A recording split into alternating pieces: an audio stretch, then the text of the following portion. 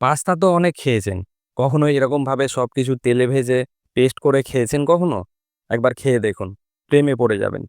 ১ম এ একটা কড়াইয়ে তেল গরম করে মোটা, মোটা করে কাটা টমেটো, পেঁয়াজ, রসুন, ধনেপাতার ডাঁটা দিয়ে ঢাকা দিয়ে কিছুক্ষণ রেখে তারপর একটু উল্টে-পাল্টে ভেজে নামিয়ে নিয়ে ঠান্ডা করতে দিয়ে একটা কড়াইয়ে জল দিয়ে, লবণ দিয়ে গরম হলে পাস্তাগুলো দিয়ে সেদ্ধ করে ছেঁকে তুলে রাখবো।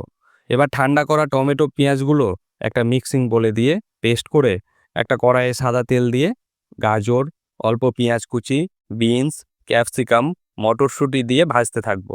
চাইলে আরও সবজি এখানে দেওয়া যায়। এবার লবণ, জিরে গুঁড়ো, ধনে গুঁড়ো, লাল লঙ্কার গুঁড়ো, হলুদ দিয়ে ভালো করে ভেজে টমেটো পেঁয়াজের পেস্টটা দিয়ে ভালো করে ভেজে পাস্তাগুলো দিয়ে ভালো করে মিশিয়ে নামিয়ে নিলেই তৈরি এ দারুণ স্বাদের পাস্তা। পরিবারের সকলের সাথে খান, দারুণ স্বাদের।